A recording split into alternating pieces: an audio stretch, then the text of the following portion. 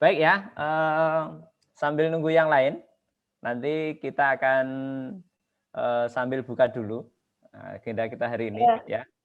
Hari ini tidak biasa karena kita hari ini banyak sekali. Ada miss-missnya juga, ada ustadzah juga. Halo, assalamualaikum ustadzah. Lah, ustadzahnya disapa, terus mah ditinggal. Oke ya. Jadi anak-anakku semua, ini juga ada Miss dan Misternya kayaknya nanti yang akan mendampingi. Ini sudah ada berapa? Oh, 44 ya. 44 dikurangi gurunya sekitar 8. Berarti sekitar ada 13. Kita anggap cukup ya. Baik, bismillahirrahmanirrahim. Assalamualaikum warahmatullahi wabarakatuh. Waalaikumsalam warahmatullahi wabarakatuh. Ya, alhamdulillah wa syukurillah anak-anakku semua pagi yang sangat cerah ini ya. Hari ini kita dipertemukan bukan dalam acara pembelajaran PAI seperti biasanya ya, yang anak-anak sudah hafal. Tapi hari ini kita bertemu dalam acara pesantren Ramadan dan adapun materinya hari ini nanti kita akan membahas terkait dengan akil balik. Nah, apa itu akil balik? Nah, nanti akan kita breakout ya. Jadi nanti acara pada kesempatan pagi hari ini akan di breakout menjadi 2. Jadi akan nanti dibedakan antara yang boys sama yang girls ya. Nanti yang boys sama Mr. Tommy. Nah, nanti yang girls sama Ustadzah Ria. Nah, anak-anak semuanya juga tidak perlu dikenalkan dulu siapa Ustadzah ya. Jadi nanti seperti itu untuk teknisnya dan materinya nanti sama. Cuman yang membedakan nanti akan lebih condong kalau yang boys materinya akan seputar berkaitan dengan akil balik yang nanti akan dijumpai oleh yang boys gitu. Kemudian yang girls juga sama sebaliknya ya. Dan adapun urgensinya, kenapa sih kok kita penting sekali belajar tentang akil balik? Karena nanti ya semuanya saja anak-anakku semuanya pasti akan mengalami ya. Baik sekarang yang sudah paham atau yang sudah setengah paham atau yang belum paham sama sekali, nanti semuanya akan mengalami masa itu sehingga perlu dibekali sejak awal ya, sehingga nanti ketika anak-anak mengalami tidak perlu gagap istilahnya ya. Kan ada istilah gagap seperti orang tua kalau belum dan dipaksa untuk pakai HP, istilahnya kan gaptek ya. Nah, nanti jangan sampai nanti anak-anak mengalami kegagapan ketika mengalami masa yang dimana yang disebut dengan masa akil balik ya. Oke, untuk mempersingkat waktu ya, nanti setelah ini host nanti Mr. Arif akan membagi ya jadi 2 kelompok, nanti akan di breakout. Nanti yang boys akan sama Mr. Tommy, kemudian nanti yang girls sama Bunda Ria. Bunda Ria, maksudnya Ustadzah Ria gitu ya. Oke, silakan Mr. Arif atau mungkin dibantu sama Edunya untuk melakukan breakout.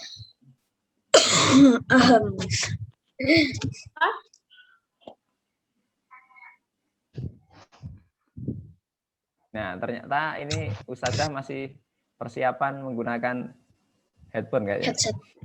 Headphone. Oh, nggak apa-apa ya, sambil kita tunggu ya. Oke, sambil kita menunggu Ustadzah menyiapkan peralatannya, perlengkapannya. Kira-kira anak-anak sudah punya gambaran belum? Apa itu akil balik?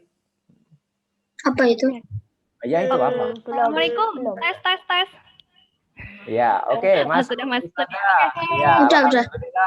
Alhamdulillah. Suaranya sudah bisa didengar ya. Ini anak-anak nampaknya sudah tidak sabar ini. Kakak jadi. Oh, Kakak. Oh ya. Harus ada perangkat tambahan jadinya baru bisa.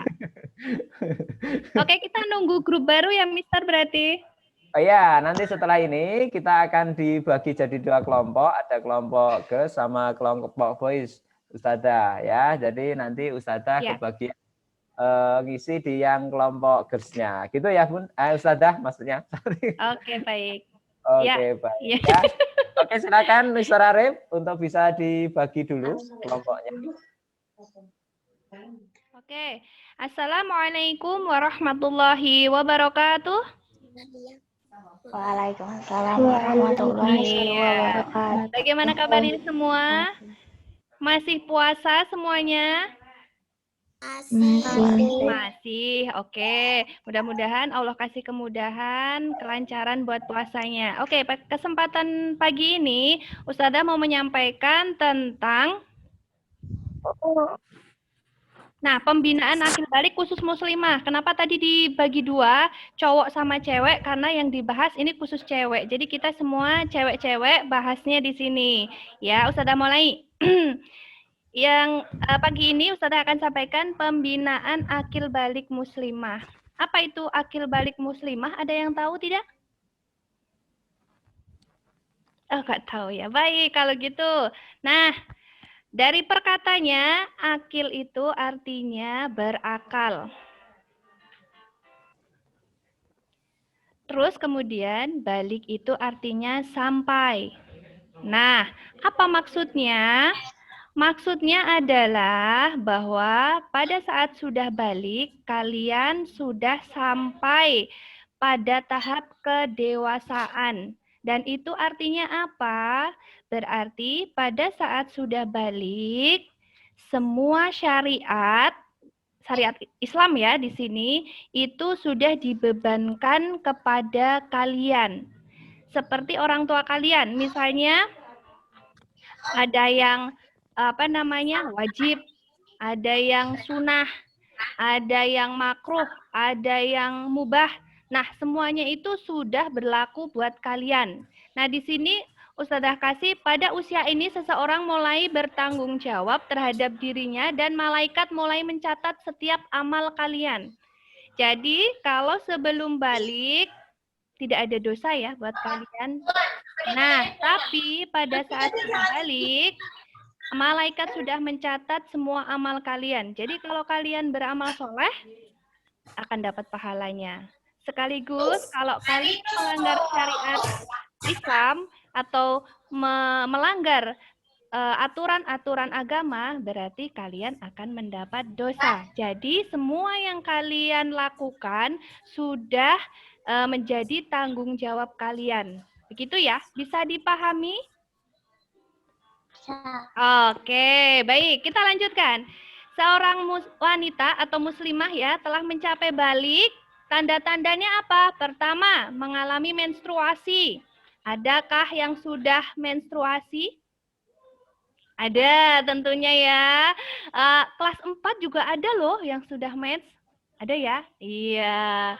Ada. Plus kelas 5 juga pasti sudah ada. Kemudian yang kedua, ini mohon maaf ya, Ustazah nggak ngomong jorok ya, tapi sekedar pengetahuan buat kalian semua. Tumbuh rambut kemaluan yang tebal, kasar, dan ikal.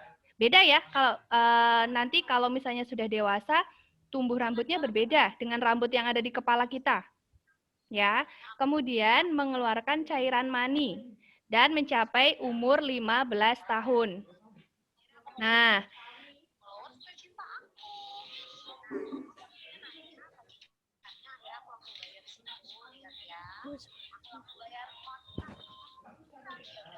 Nah, sekarang Ustazah mau jelaskan pubertas sekitar 8 sampai 15 tahun. Jadi kalau kalian umur 8 sampai 15 tahun, biasanya kalian sudah memasuki masa pubertas. Nah,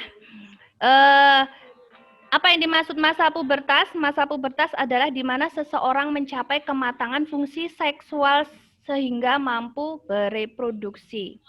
Jadi gini, kalian kan masih kelas 4 sama kelas 5 SD. Kalian masih pengen main-main, seneng-seneng sama teman-temannya, tapi ternyata di saat kalian sudah menstruasi, kalian sudah punya beban syariat. Sedih nggak kira-kira? Pengen main-main, santai-santai, seneng-seneng, tapi ternyata, wah, amalku tuh udah mulai dicatat loh sama malaikat gitu. Sedih nggak? Enggak ya?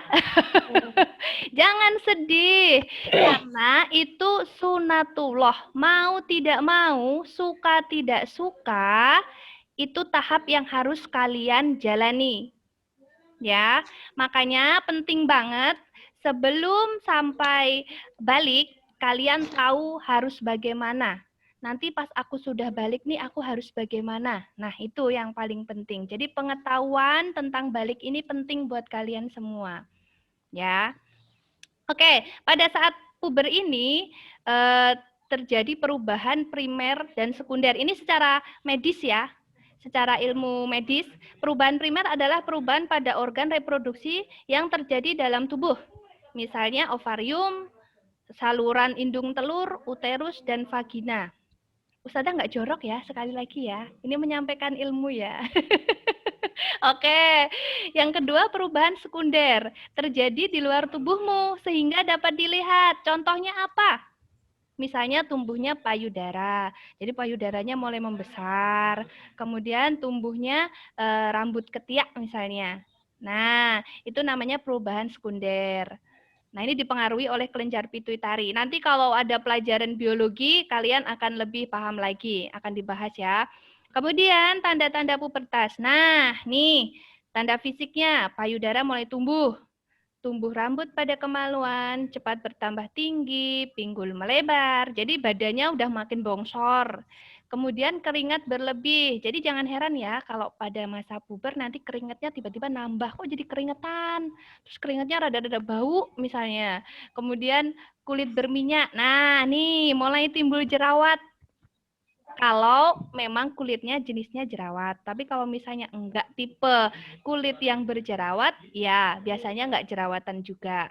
Kemudian ini mohon maaf nih ya, biasanya di area kelamin ini jadi lebih gelap misalnya. Kemudian menstruasi, oke, itu yang tanda fisiknya. Kemudian perubahan pada jiwa. Ini kadang ada rasa malu. Kemudian orangnya kekahan misalnya, ngeyel. Nah, kalau mama bilang, aduh anak ini ngeyel sekali dibilanginnya, seperti itu. Nah, itu memang perubahan-perubahan pada psikologi.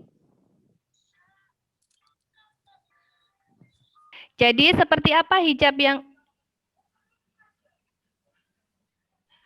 menutup seluruh tubuh kecuali bagian yang boleh dilihat selain mahram, yaitu wajah dan telapak tangan. Kaki juga ternyata termasuk aurat ya.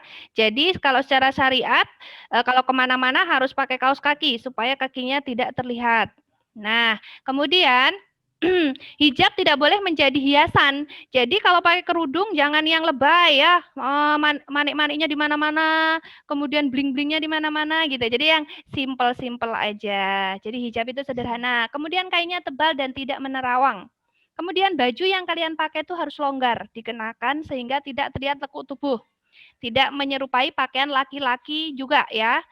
Jadi terus bukan pakaian nyeleneh. Nah, sekarang udah marak nih ya.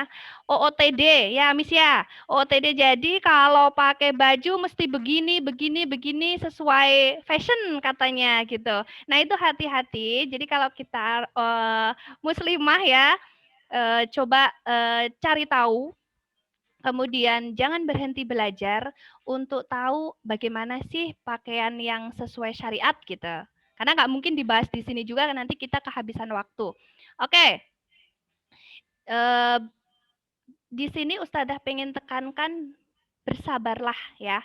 Karena kalian masih kecil-kecil, tapi kalau sudah haid, kalian sudah kena tentang beban syariat. Nah ini akan berat.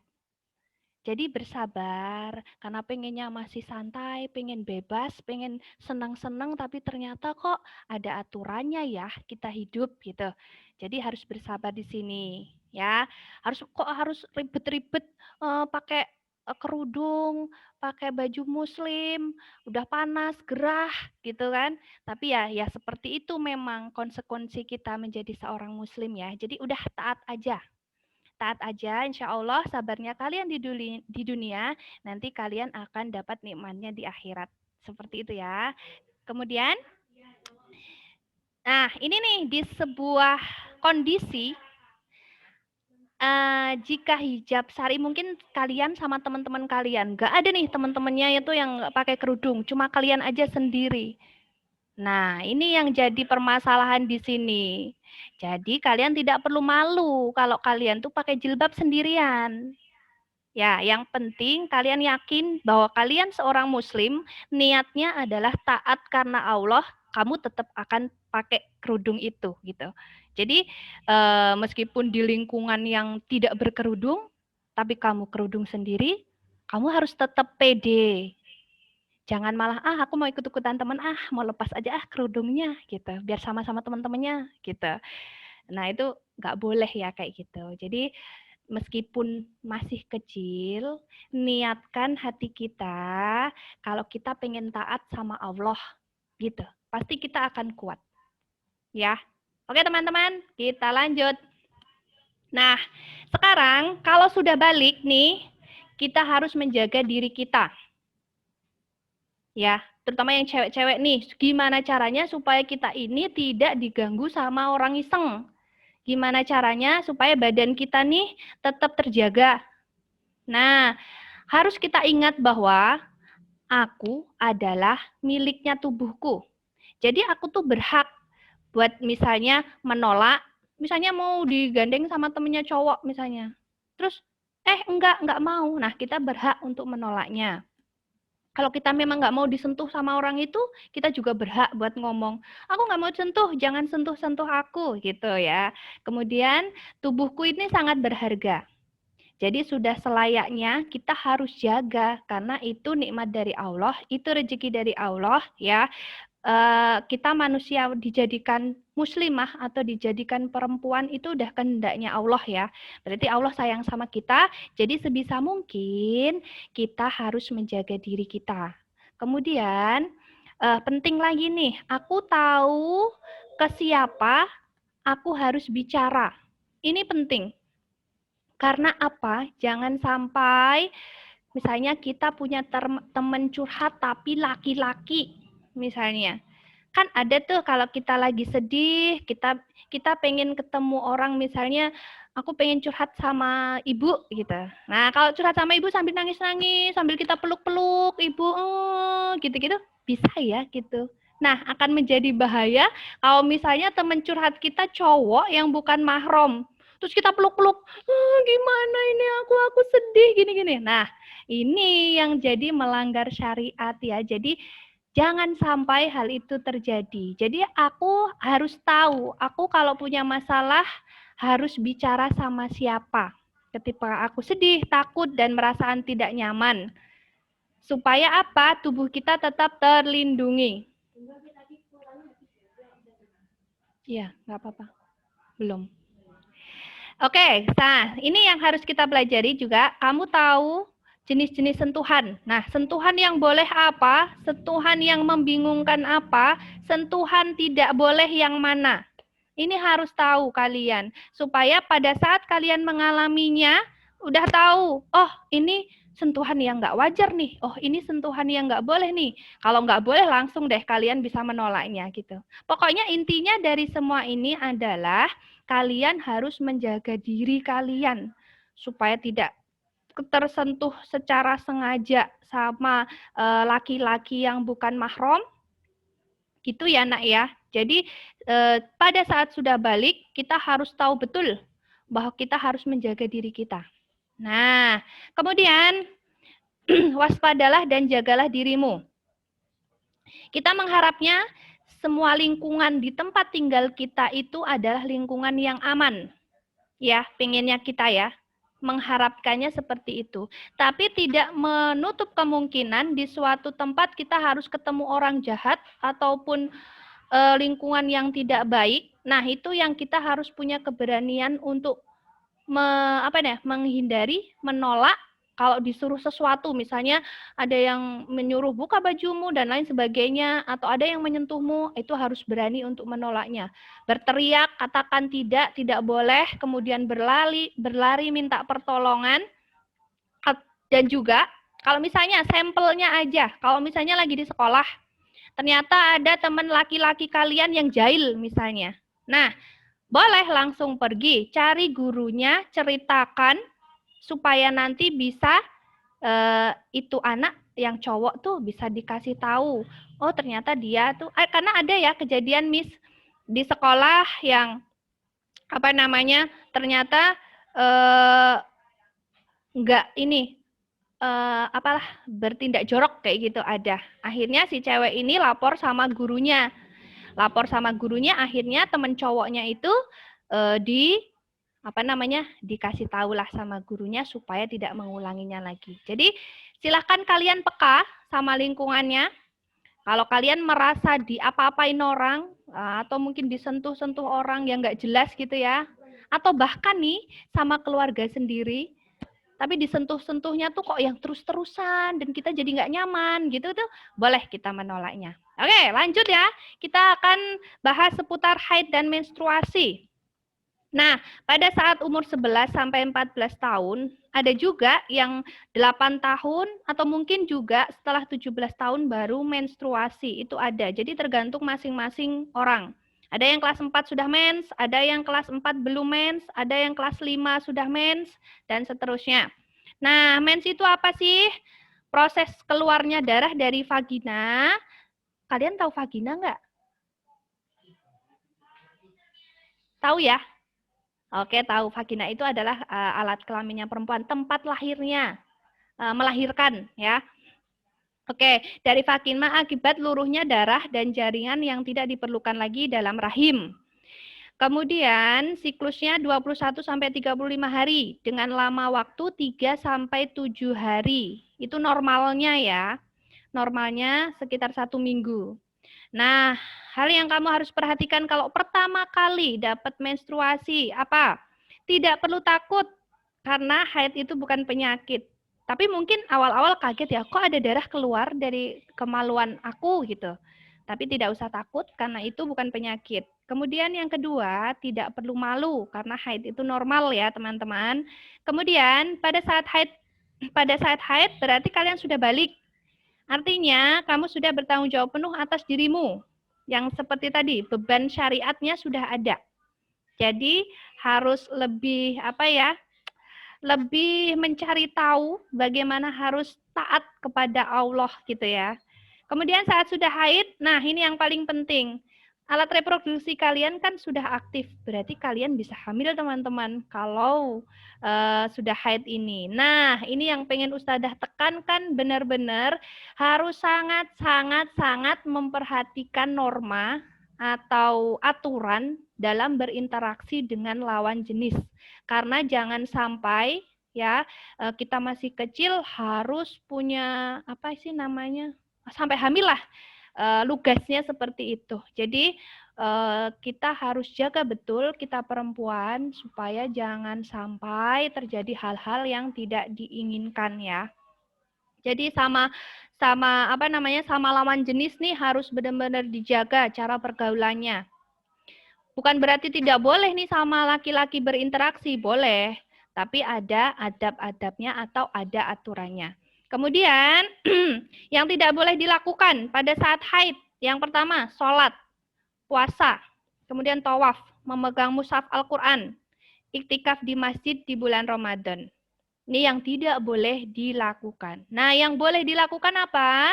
Melakukan doa dan zikir harian, boleh. Bersedekah untuk orang yang membutuhkan, boleh. Menuntut ilmu, wajib ya. Mau haid, mau nggak haid, kalau menuntut ilmu itu wajib. Makanya tiap hari juga kalian tetap sekolah ya. Meskipun haid juga emang libur sekolahnya, enggak ya. Jadi kalian tetap meskipun sekolah, tetap menuntut ilmu. Kemudian membantu pekerjaan ayah bunda. Nah, ini ada banyak hal yang bisa dilakukan pada saat haid. Nah, yang tidak boleh yang ini ya. 1, 2, 3, 4, 5. Haid tidak menghalangi untuk tetap. Oke, untuk rambut tetap boleh keramas ya. Kemudian untuk memotong kuku sama rambut ini disarankan oleh ulama untuk memendam. Supaya percaya tidak percaya kadang ada dukun atau apa yang menggunakan rambutnya orang untuk untuk dijadikan itu ya alat. Nah, kita harus hati-hati. Nah, sekarang pertanyaannya, kalau sudah haid kenapa mesti mandi wajib? Kok enggak wudhu aja atau cuma mandi biasa? Jadi di Islam sudah diatur kenapa mesti mandi wajib. Ada yang tahu? Coba jawab. Udah ada di situ. Tinggal baca aja. Karena haid itu adalah hadas besar. Dan jadi tidak suci ya. Karena kita punya kotoran. Nah, itu darah itu tadi. Nah, makanya kalau sudah haid, kita selesai haid, kita harus mandi wajib. Karena hadas besar ini tidak cukup hanya dengan wudhu untuk membersihkannya. Jadi harus mandi wajib. Nah, yang paling penting di sini adalah tata cara mandi wajibnya. Yang pertama niat. Niat mandi wajib untuk membersihkan hadas besar. Itu yang pertama. Yang kedua, bacalah basmalah dan doa masuk kamar mandi. Dan masuk kamar mandi dengan kaki kiri. Diingat-ingat, kalau masuk kamar mandi dengan kaki kiri. Nah, habis itu, cucilah tanganmu sebanyak 3 kali. Kemudian basuhlah kemaluanmu dengan tangan kiri dan pakailah, boleh pakai sabun ya. Kemudian berwudulah dengan sempurna. Atau ada dua cara, di mana yang pertama wudhu sampai selesai sampai kaki, dari pertama kumur sampai kaki, atau yang kedua bagian kakinya ditunda. Ditunda setelah mandi selesai, mandi wajibnya selesai. Nah, yang keenam nih, siramkan air ke atas kepala. Dan gosoklah sampai semua kulit kepalamu itu kena air. Nah, kalau misalnya perempuan yang rambutnya panjang banget, dikepang, meskipun dikuncir, nggak usah dibuka, nggak apa-apa. Yang penting memastikan bahwa semua air itu sampai di kulit kepala kalian. Bisa dipahami ya? Kemudian, pastikan air sampai di pangkal rambut. Jadi air itu sampai di pangkal rambut. Kemudian siramlah air ke kepala sebanyak 3 kali. Nah, habis itu siram airnya ke badanmu, dimulai dari sebelah kanan. Nah, ini rada beda ya, kalau kita mandi kan langsung jebur mandi gitu kan. Nah, ini ada aturannya. Siram di bagian kanan dulu, bagian tubuhmu. Kalau sudah selesai kanan, baru ke kiri. Kemudian guyurkan ke seluruh tubuh. Nah tadi kalau yang di awal wudhunya nggak sampai kaki, pada saat setelah mengguyurkan airnya ke seluruh tubuh, baru cucilah kalian. Sehingga wudhunya tadi sudah selesai dari awal sampai akhir. Nah, kemudian habis mandi wajibnya selesai, baru kalian boleh mandi biasa. Pakai sampo, pakai sabun, gosok-gosok gitu ya. Jadi kalau mandi wajib ada 2 step ya. Step mandi wajib khusus, rukunnya mandi wajib, baru dilanjutkan sama mandi yang biasa. Cowok. Oh ya, kemudian keluarlah dari kamar mandi, didahulukan dengan kaki kanan. Jangan lupa ya teman-teman, ini masalah sepele. Ya, masuk kamar mandi pakai kaki kiri, keluar kamar mandi pakai kaki kanan, tapi itu penting karena itu memang adabnya dan ada doanya juga. Jadi jangan lupa berdoa. Itu sepele tapi penting. Nah, sekarang apa yang harus dilakukan saat sudah balik? Masa balik itu masa mencari jati diri. Dan ini tuh sangat terjadi ya kita. Kalau sekarang tuh anak-anak tuh lagi gila sama namanya Korea. Entah BTS, entah apa gitu kan ya. Nah, ini hati-hati di masa puber kalian harus punya figur atau contoh yang bisa diteladani. Jangan sembarangan. Your internet connection is unstable. Oke, jadi harus punya teladan yang baik. Kemudian belajar rajin, menuntut ilmu agama dan dunia. Kemudian mengetahui tujuan hidup dan mengembangkan potensi diri. Tujuan hidup kalian apa? Kalau Ustadzah tujuannya masuk surga. Jadi, silahkan cari ilmu untuk bisa masuk surganya Allah ya. Oke, potensi diri. Potensi itu adalah apa yang ada di dalam diri kalian yang sudah Allah ciptakan dari lahir.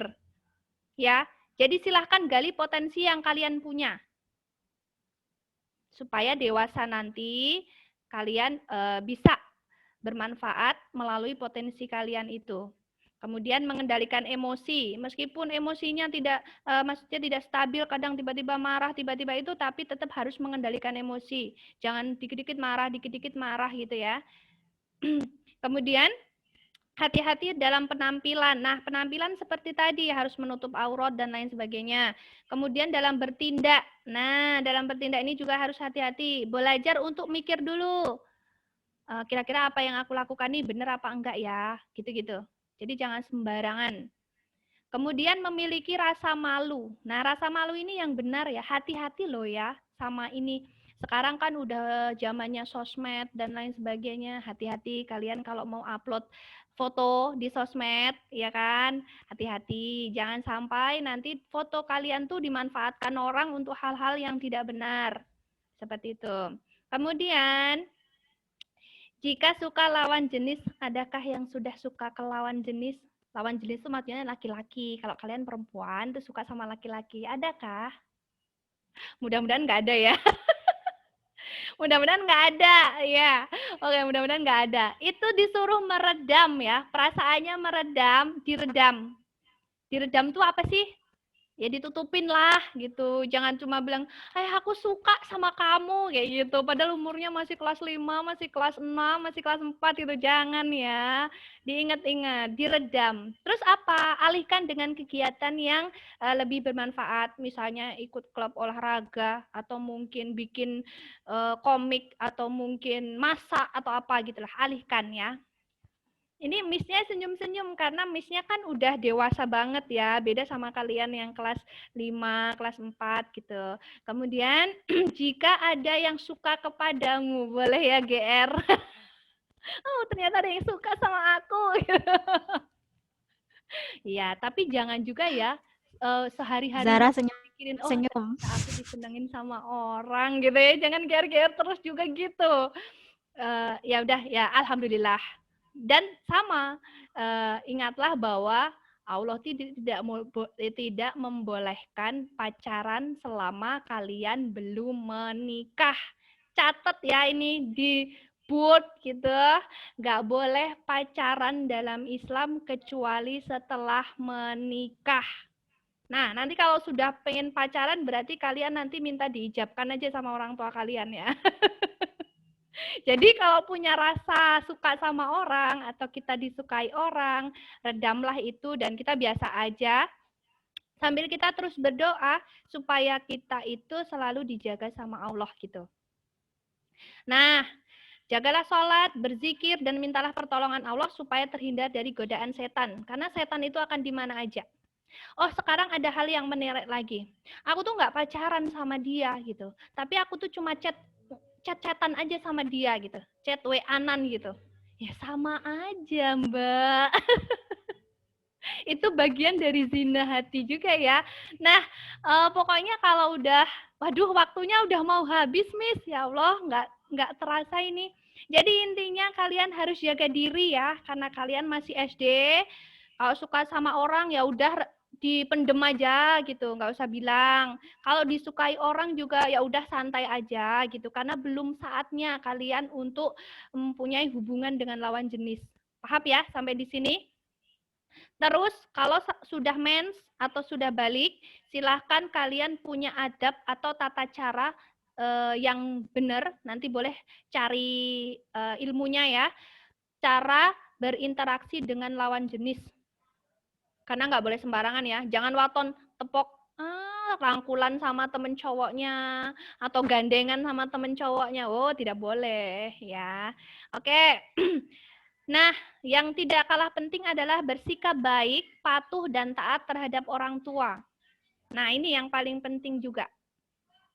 Kan sukanya kalau dibilangin Mbak siapa yang namanya?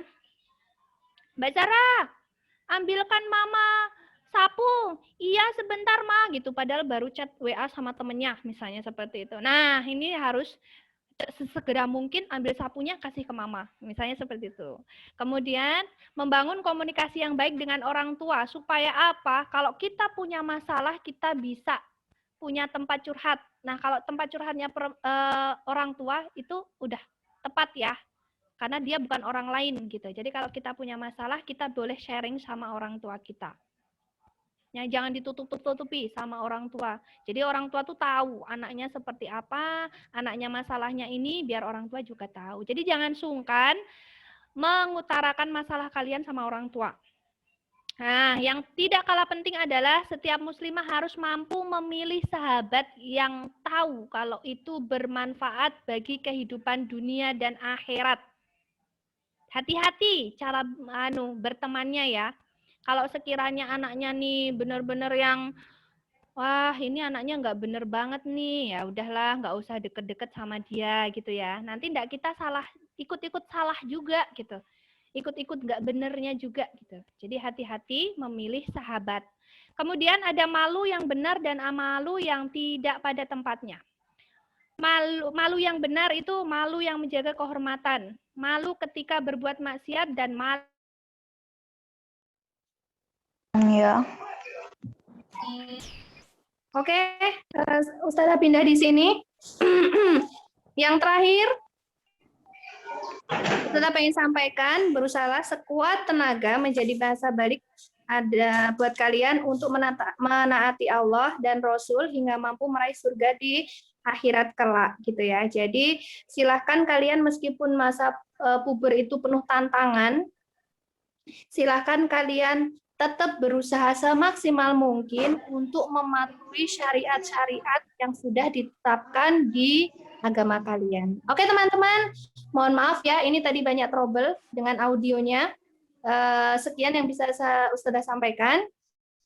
Kalau ada kurang juga salah Ustazah, mohon maaf. Terima kasih atas waktunya dan terus semangat ya teman-teman untuk menaati Allah gitu, dan semangat untuk terus belajar tentang ilmu balik karena nggak mungkin disampaikan dalam satu kesempatan ini. Jadi banyak hal yang harus dibahas gitu ya. Boleh tanya Mama, boleh cari di Google.